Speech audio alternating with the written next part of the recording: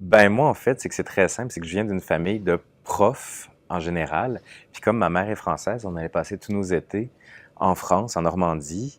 Et j'étais en France en 1989, je devais avoir 10 ans, et c'était le bicentenaire de la Révolution française. Et je me souviens qu'on s'était fait habiller en sans-culotte, puis on criait dans le village «Liberté, égalité, fraternité ou la mort».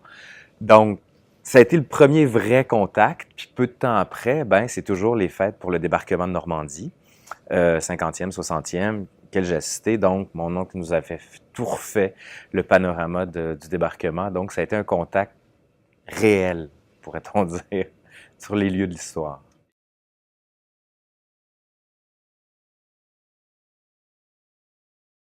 J'ai toujours eu le rapport à l'enseignement, puis l'histoire, c'est comme une manière de travailler sur tout.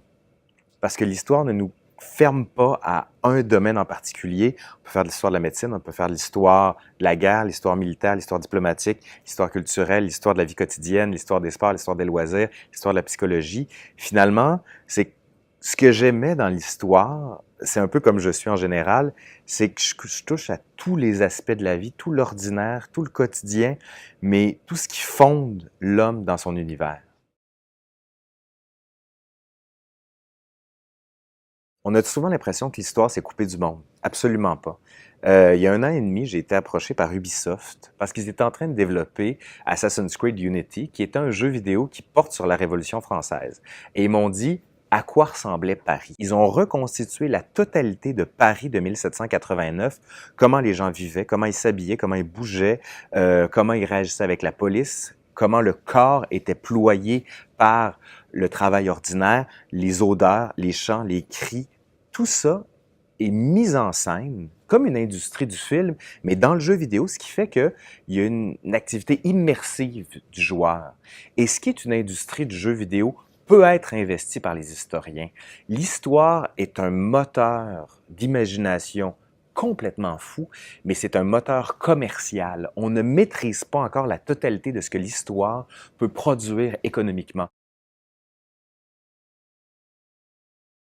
L'histoire ne sert à rien, absolument à rien.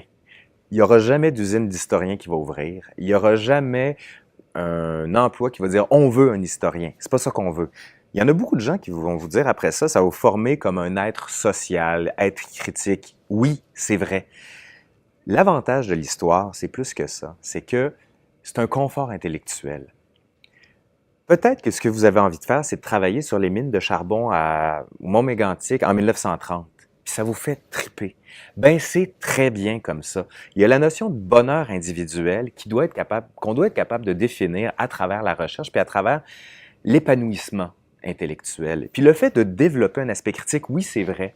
Mais ce qu'on va apprendre en histoire, au-delà de ça, c'est plus que des connaissances. Parce que les connaissances, vous en avez partout, à gauche, à droite. C'est une manière de penser les choses. Moi, quand j'arrive et je dis à mes étudiants, tu dois résumer un livre en 200 mots. Point final. Ils vont me dire, ben là, il fait 5000 pages de livre, c'est impossible à faire.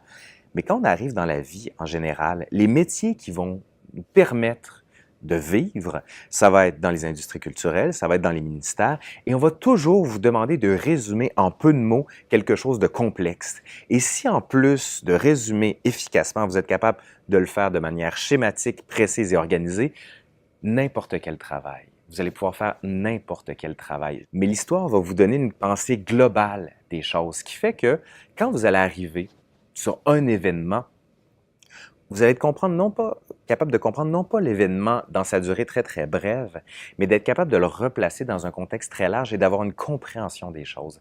Et ça, l'histoire va vous le donner.